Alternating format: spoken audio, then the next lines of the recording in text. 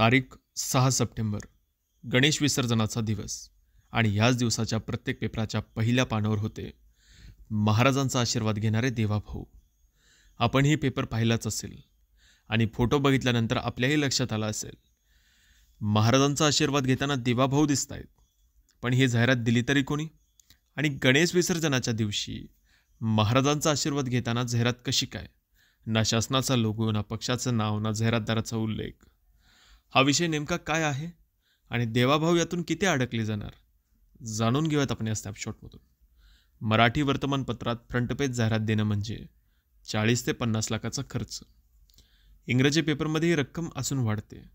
एका दिवसात महाराष्ट्रभर अशा जाहिराती दिल्या तर खर्च सरळ कोटीमध्ये जातो. मग प्रश्न असा, इतक्या मोठ्या खर्चामागे कोण? ज्यावेळेस या प्रश्नाचं उत्तर मीडिया हाऊसेसला विचारलं त्यावेळेस त्यांचं उत्तर होतं, एका ॲडव्हर्टायझिंग कंपनीनं ही जाहिरात दिलेली आहे. सामान्यतः आपण पाहतो, शासकीय जाहिरात आली की त्यात मुख्यमंत्री, उपमुख्यमंत्री, संबंधित मंत्री, विभागाचा लोगो आणि स्पष्टपणे कोणी जाहिरात दिली ते लिहिलेलं असतं.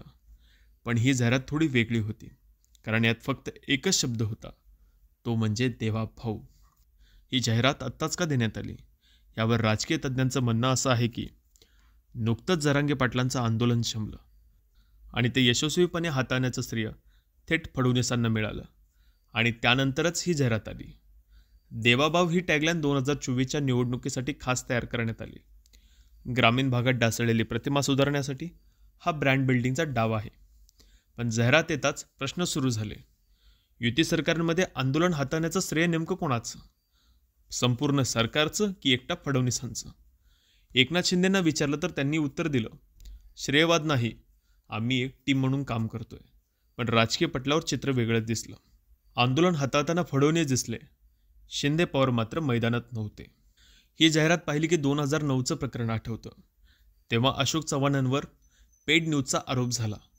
अशोक पर्व या टॅगलाईनखाली आलेल्या बातम्यावरून निवडणूक आयोगाने चौकशी केली. चव्हाणांना कोर्टात जावं लागलं. अनेक वर्ष प्रकरण चाललं. मग प्रश्न असा, फडणवीसांवरही तसंच काही होऊ शकतं का? तर याचं उत्तर आहे, सध्या नाही. कारण राज्यात निवडणुका नाहीत, आचारसंहिता नाही, म्हणून निवडणूक आयोग लगेच हस्तक्षेप करणार नाही.